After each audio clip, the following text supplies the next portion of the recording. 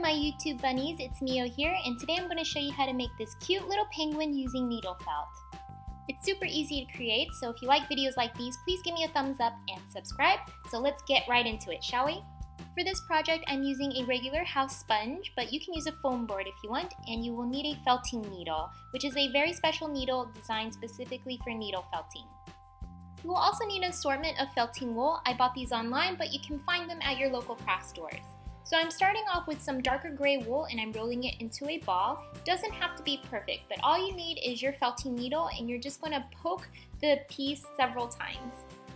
The more times you poke your needle through your piece, the more cross links it will form. It will be more solid and smaller.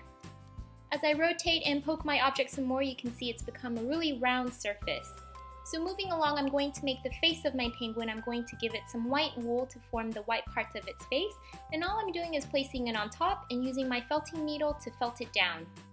No glue is required for this process at all. Now taking a smaller piece of orange felting wool, I'm going to create a small little beak for my penguin. Again, I'm just using my felting needle to help form cross links to hold the pieces together. Now I'm going to give my penguin some eyes. I'm just taking my felting needle and putting a hole where I think the eyes belong, and I'm going to put some animal eyes in these holes. I bought these animal eyes on eBay, but I've seen them at different craft stores such as Joann's and Hobby Lobby. I'm just going to go ahead and place them in where I poked the holes, and as you can see, the face of my penguin is almost done. For the body of my penguin, I'm using a lighter colored gray wool and I'm rolling this into a ball.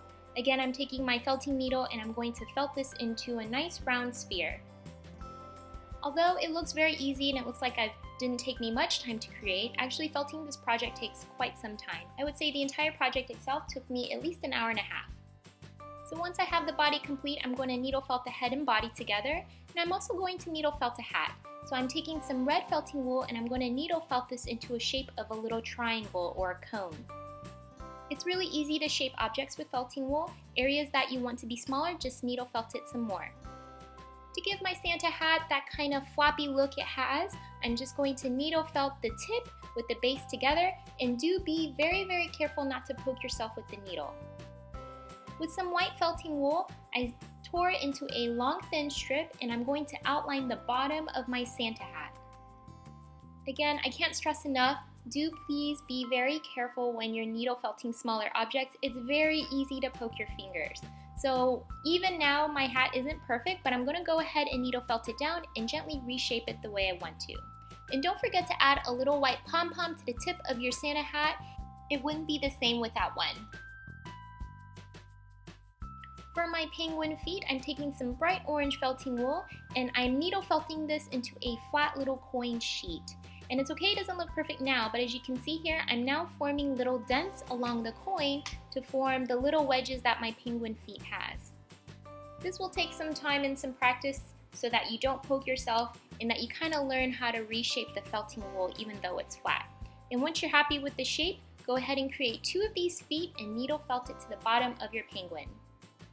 All you're missing now are some wings, even though penguins can't fly. I'm taking some darker gray wool and I'm needle felting this into a flat sheet, and I'm gently reshaping it into the shape of a penguin's wing.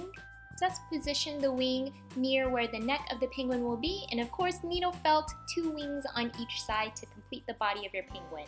Now to decorate my penguin, since it's during the holiday season, I decided to give it some mistletoe, so I created a green leaf and some red berries. For the red berries, I just rolled them in my fingers. I created 3 of them, and I needle felted these 3 little red berries onto 2 green leaves. Penguins are always seen wearing bow ties because they always look like they're wearing tuxedos, so I took some checkered ribbon here that I bought from my local craft store and I tied it into a bow. I made sure it was small enough to fit my penguin, cut off all the extra ribbon that I didn't need, and I just hot glued it in the center where the neck will be. Now if you don't own a hot glue gun, you can use regular craft glue or you can sew it on. So once you position your tie where you want it to be, I decided to put my mistletoe right below it so it would look really festive. But if you don't want any of that, that's completely up to you. And that, guys, is how I created this festive holiday penguin. I hope you guys enjoy it. I think it's absolutely adorable. It makes a perfect ornament for your tree. For more videos like these, please give me a thumbs up and subscribe. And do follow me on Instagram to preview my other projects. My Instagram username is FlyingMio.